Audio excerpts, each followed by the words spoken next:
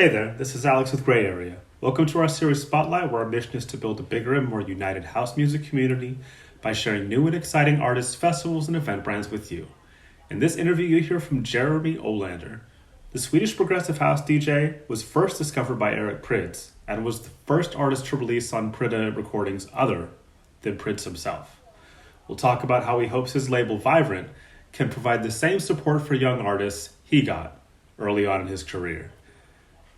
Be sure to like this video and subscribe for more interviews just like this. So yeah, let's get into it. Yeah, man. Yeah, so you started getting into dance music in high school. What was your musical upbringing like before you discovered dance music? What kind of music were you into as a kid, and like what were your parents listening to also when you were a child? They listened to pretty much everything. I mean, I heard a lot of Van Morrison, Nina Simone, the Doors. You know, it was very versatile for my parents. Mostly my dad. I wouldn't say my mom. I mean, she listened to like Simon and Garfunkel and stuff like that, but she also listened to a lot of Indian music. My mom's from India. Right. So I heard a lot of that coming up, but when I started like finding my own music, I got into. I remember buying this collection CD with like the hits from the 50s and 60s, you know, all these love songs, very happy, you know, upbeat. That kind of stuff really spoke to me. I guess I was like a little bit of a hopeless romantic when I was younger, always falling in love, never getting it. What did you say when you get it back? It wasn't never reciprocated. No, never. Oh, that's so sad. Yeah, it was super sad. But the music, I don't know. I love that kind of vibe, the love songs. And then I discovered Michael Jackson. He was a big influence on me, still is. And then into hip hop, maybe around 10. Went super deep into that. Yeah. Mostly like New York 90s hip hop. Wu-Tang, and then after that, I think it was dance music. So I for a while, still listen to a lot of hip hop. You really went through like all of the different genres before arriving on dance music. Yeah. I was kind of like, I didn't really understand dance music because I don't know, I just didn't get it at all. Right. I think mix for me was when I went to a club and I heard it in like club setting. Right. Did you get that? Yeah. Yeah. So I think that's when it really gives dance music justice, you know, when you experience it in a club. And yeah, I haven't looked back since.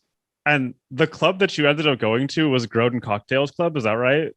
Yeah. Can you talk about that for a little bit? Because I feel from what I've read, it's kind of like a big part of your foundation in dance music.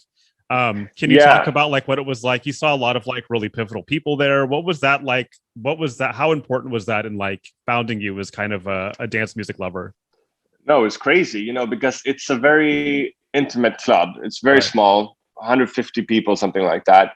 And you had all these international names come and play there, which was, I don't know if they weren't big enough internationally or if the promoter just had a personal relationship with them or something. Right. But you know, they had like Richie Houghton, Felix the House Cat, Swedish House Mafia were playing there before they were big, so I kind of get that. But it was really I couldn't have asked for a better place to, you know, get to understand dance music and having all these really talented people show me what it's about, you know. Yeah. And unfortunately it's not around anymore, but I think I'm not just speaking for myself, I'm speaking for a lot of people, that it was definitely a special place, you know. It was I'm sure a lot of people fell in love with dance music and decided to, you know, pursue a career in dance music going through that club. It's so interesting that you know, you got to experience it in such a small space, because you really got like up close and personal with the people that were like pushing the music at the time. Was it then that you decided that you wanted to pursue this as like a career, or actually started like thinking about it as like a producer? I started to think that I can try and at least produce it and see what happens, but I didn't decide then and there that, you know, I'm going to pursue a career in this. That came a little bit further down the line when I started to, you know, feel that maybe my productions are actually decent. You know, Right. they weren't, but I thought that they were. Of course. But yeah, that came a little bit later. So you, once you started to figure out that you were doing well at this, that you were understanding, like, you know, how to create dance music, you know, you got better and better, and you signed with Eric Prydz, and you're like one of the first people to sign to his record label besides himself. Yeah. That's a pretty big, I mean, you had his support, you also had John Digweed's support early on. Those are two like huge names in the game to support you so early on. One, how does it feel to get that kind of support early in your career? How validating was that for you? Oh, it was insane, because I really, Eric became my you know, my hero pretty early on, and I just kind of stuck with him and was just amazed by his way of producing and his way of DJing. And it became my goal that I want to release on his label one day, you know. Right. So I just kind of worked very hard to try, and I didn't want to push it onto him or, you know, be pushy in any kind of way, but I always had it in the back of my head when I was writing music, and when I tried to get to know people that maybe knew him. You know, Stockholm isn't that big, so it's not really that difficult.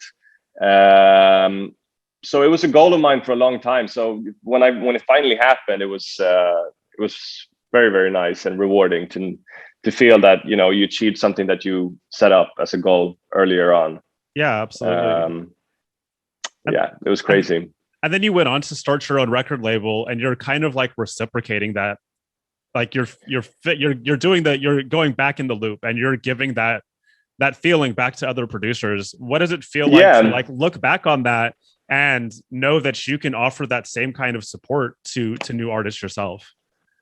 It's weird. I can't really put myself in that, you know, position to feel like I'm doing what he did for me, you know.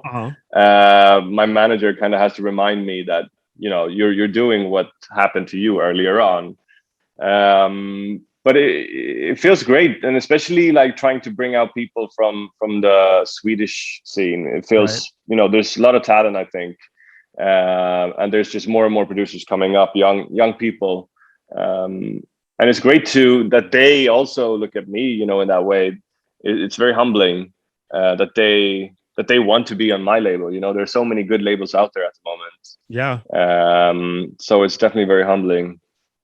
Absolutely. And then I also want to talk about like your sound. And I know that's like kind of a hard thing for people to quantify. But you definitely have, you know, a more traditional progressive house sound. It kind of makes me think back to like the late 90s and early 2000s, when before progressive house became something different. And it's kind of started to like return to that original sound more recently. How have you seen this tradition? Like, how has it been for you personally over the years to watch this tradition, this progression go from like one end of the spectrum to the other?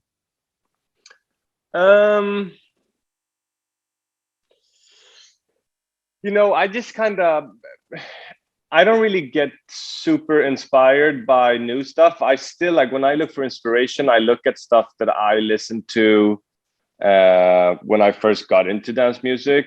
So like from the 2005, 2006, 2007 era. And I've just kind of stuck with that sound, you know, and I've tried to not be too influenced by trends and stuff. So it's been fun to see that, you know, it's gone like full circle, the whole progressive genre. You know, it went through the Swedish House Mafia, Avicii stuff, and that was kind of annoying, you know, in a way, because to me that wasn't progressive at all. That was more I don't know, big room. Big room. Big room. I don't want to say EDM, but it was big room. And now progressive is finally progressive again.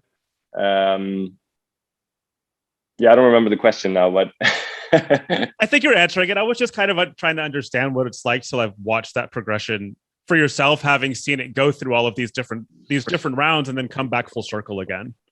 Yeah, I mean, I looked at it a lot in the 2010, early 2010s, and when it was bugging me. But then I just kind of stopped caring about genres in general. You know, all these subgenres of Right. dance music, and I find myself experimenting a lot more with different kind of beats now. My songs might not be as long as they used to be. You know, Right. before they could be like 10 minutes long. Now they might be just 5-6 minutes. That would never happen before. So, I mean, I think it's difficult to discuss genres in general, at least the subgenres, Right. because everything is just so muddy now. Like some people are calling trance stuff, but they're calling techno now, and it's all over the place. You know, It is, and it just gets more and more cloudy every day. I feel like. I mean, yeah. dance music is such an expansive like genre of music, if you can even call it that, because there's hundreds of subgenres, and it seems like we add a new one every 6 to 8 months. Yeah, for sure. Yeah, it must be hard for Beatport to keep up with all these new trends and everything. I have a friend who is one of the curators there. And every time they add a new genre, she gets like added onto these new genres, and some of them are such like micro genres, and I'm like, how do you even? I mean, I produce and DJ myself, and I even have trouble classifying some of the stuff that I play. I'm like, I don't even what is this now? Like, I don't even know where to look for certain kind of music either anymore. Well, no, because it gets thrown all over the place. Like you can find really good break beats in like the trance section or the electronic section, and conversely, you can find awesome techno like labeled as tech house or something. Like who even knows what we're listening to anymore? And doesn't even matter. So I kind of wanted to, you talked about Sweden a lot, and supporting Swedish artists. And it's over the years, Sweden has produced some like really legendary artists. How does your country continue to influence your music? Oh, that's a good question. I think the way it influences me the most is, you know, I'm surrounded by friends and family, which is always nice. And it's good for bouncing ideas, not just music, but just ideas in general. And that kind of stuff, I'm sure, sparks your imagination somehow. Right. But I also think that the long winters does a lot. You know, there's not that much to do during that time. So you just kind of work away, you know, and that's what a lot of people do here. They just work a lot. It's pretty high work ethic in Sweden, I would say.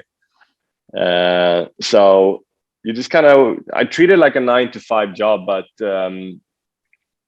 if I was living in, like, let's say LA or something where the sun is always shining, I don't know if I would be as productive. You know, there would be so much other stuff that would be more tempting to do. So I think that definitely contributes a lot to inspiring to do work, you know? Yeah. Do you think that those long winters inspire, I feel like Swedish artists like trend towards the emotional? Lots of melody happening from Swedish artists. Do you think that has something to do with it as well? I think so. I think there's always this longing, you know, for something else, for the summer or whatever. But there's always this longing, and that definitely brings out emotions, you know, in people. Absolutely. So, you know, we're getting out of a year. I mean, you talked about COVID earlier, and we're kind of, I don't know if we're emerging from it or if we're going into another one or what's happening right now, but something is happening and people are starting to, you know, go back out again. And the pandemic offered a lot of time for people to like reconnect with family and friends. Did you learn anything over that time that you're going to take with you moving forward in your career? I learned that I'm probably going to try and be more selective with shows that I do. I definitely want to spend more time with my family, because it's been very nice to, you know, I have 2 kids, one that came in December, so he's pretty new, but I don't want to miss out on too much, you know, so I'm going to try and be more selective with which shows I do and how long I'm going to be away. Maybe I can bring them with me, Whereas before I was just, traveling a lot on weekends, which is the time that when the kids are at home, that you have for family, Right. the weekdays are for work, and kids are in kindergarten or daycare. So you don't really see them that much. It's mostly the weekends that you spend with them. So I'm going to try and be more selective and maybe not be away every weekend, Yeah. You have so your youngest is 6 months old, like 7 months old. You're Yeah. in the trenches right now. Yeah, I am. Yeah. Big time. How has it been? How has it been like going through like raising a newborn during the pandemic? It's been good, because my girlfriend, she's been on parental leave. I've been working in the studio. But since I've been home, we've been able to kind of split the responsibilities a little bit, which has been good. I think in general, I mean, this pandemic for us, it's been good for our family. It's been good quality time. Me realizing that I want to be more with my family. I've had more time in the studio. So in that sense, it's been good and pretty eye-opening. That's great. That's really great. Yeah. Yeah. I have an 8-year-old too, and Oh wow. spending the last year like doing homeschool or just being like with my wife at home has been like really great for the family. Just like you said, Yeah. like, I can totally relate to that. It's just been nice to like remember why I live with these people. Like, like with your wife or your girlfriend, you choose to be with this person, but it's nice to like remember why you chose to be with this person. You're like, oh, that's right. Yeah. This whole family thing is actually a lot of fun. And yeah, exactly. You don't want to miss out on any of that ever again. No. And I'm sure for maybe some couples, it's been difficult to hang out too much, but for me, it's been good. It's been fun. Good. That's awesome. Yeah. You also, I know you've been working a lot, like in the studio, and you also did Vibrant Winter Camp, which I thought was like a really interesting concept, because writers' camps are something that happen often in dance music and hip hop all over the place. But like, what do you feel like was different about what you guys were trying to accomplish with that? Well, I think, I've never been to any of these, but some of the people that were up with us up in the northern Sweden for this one, they'd been to a couple, and they said that there's usually a lot of pressure on writers' camps, that there has to be something, made.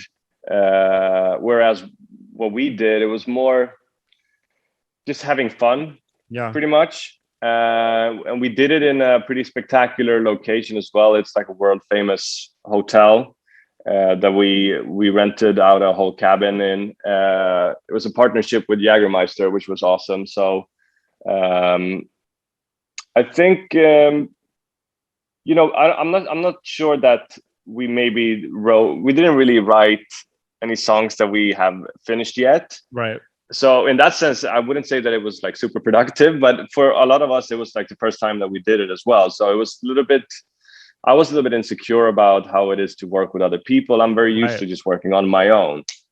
So just learning to be comfortable with other people in the studio, sitting next to you while you're working. Yeah. Just that was enough for me for it all to be worth it, But this is something that we definitely want to keep exploring and doing maybe once or twice a year. And I think the more you do it, the better you become at collaborating. Yeah. So it's definitely something that I didn't realize how much fun and fulfilling it is to work with other people. Because I've always thought that it would be weird to share my own tricks. I want to have my own secrets, but right. You can the tricks that you have, you only know how to apply them, right? I mean, no one else is going to use them the same way you do. Absolutely. So it doesn't really matter if you share them with someone else or not. They're not going to copy your sound or whatever. Right. So I definitely look forward to doing more of these writers' camps. It sounds like it was just as much as it was like an exercise and collaboration, it was also a community building project for you. Yeah, exactly. That's exactly what it was. And how important is community to you? Just like, I feel like dance music is a small community, but how important has that been to you over the years in terms of like building your career and, you know, building you as personally? I haven't. I mean, I love the idea of community, and that's what we're trying to build with Vibrant. But I've Right. never felt that I'm a part of. I'm not that social with other DJs. Right. You know, I don't go out of my way to talk to other DJs just because they're DJs. If I hit it off with someone, then yeah, that's cool. Right. But lately, I've been realizing that, you know, it's super nice to build a sense of community for people, and that's what I kind of want to do with these younger artists that we're bringing onto the label. I want to Right. build something together with them, and you know, in the long run, ideally we would build, you know, a studio complex where we have like 4 or 5 studios where everyone can just sit and bounce ideas off each other, just like this writer camp. Yeah. Wow. I think that's the way forward if we want to build the label in the way that we want to. Right. You know, if you look at someone like Max Martin, and when they started writing music, they were just stuck, crammed in this, you know, small studio or 2-3 small studios and just bouncing ideas off each other constantly. And it's a big difference doing that compared to, you know, sending ideas to each other online. Right. Sitting next to each other, it's a whole different experience. Absolutely. And that's kind of what we want to do with the label in the future. Well, it'll be interesting to watch that progress, because you know, as the label is like gotten bigger and better over the years, it's interesting to see like every progression. And as you move into like a new era, it'll be interesting to see how that collaboration really progresses and turns into something else. Yeah, I'm looking forward to it. We're trying to find a good location, but it's not super easy to find one. But hopefully within a year or two, we should have something. That's really great. That's so awesome. Yeah. I always like to end on the question: what excites you about the future of dance music? That's a good question. I mean, for me at the moment, what excites me is that I'm going to dive into the hardware world of like synthesizers and compressors and stuff like that. I haven't really done that before. So that's going to be a completely new world to me. And I'm just curious what there is to know there, you know, with modular synthesizers. And I mean, it's a jungle, right? It really is. And I'm hoping I won't get lost. Well, but that's something that really, Yeah, well, you've always been like really in the box too. Like you have a completely in the box. So it's going to be interesting. Yeah, the first time I'm stepping out of my comfort zone. But that's something that really excites me at the moment, to see what it has to offer and how it will change the way I write music. It might not be for me, but at the moment, that's what's keeping me excited, at least. Have you already bought your first synth? I have. I haven't had time to play with it yet, but it's a Korg Minilogue. Oh, I love those. Yeah, it seems like a good entry synth. I mean, you get a lot for what you're paying. You know, it's like 500 euros or 600 euros or something, and it seems to have so many different functions and great sounds and everything. So I'm very excited to dive into that one. And they're not terribly complicated either. They're not? No. Maybe no. I don't feel like they're not as complicated as like, you know, a Moog where you have to pull out and push things back in, and like you have you have zero idea what you're doing. At least like with the Minilogue, you can start from somewhere where you've like, okay, I've used software since before, so I at least know what most of these knobs do, and I can kind of that was my reasoning, that it looks pretty familiar. Right. Yeah. Well, good luck diving down the rabbit hole. Thanks, man. Well, thank you so much for taking the time out to talk to me today. That's all I have for you. But yeah, it's been great to talk to you. And yeah, you too, man. Yeah, and I see you're going to be in San Francisco next month. Yeah, I think I'm gonna have to postpone that one actually because I have some family affairs that have to be dealt with. But I might be coming to San Francisco a little bit later. Hopefully, we can just postpone that one. Are you based out there? I am. I live in Oakland, right across the bridge from San Francisco. Oh, okay. Yeah. Well, I'll let you know next time I'm there. Okay. Yeah, that would be great. I would love to come out and check it out. Yeah, for sure, man. All right. Well, thank you so much again for taking the time out to talk to me today, and I'll talk to you soon. Talk to you soon, man. Thanks for having me. No problem. Bye. Bye.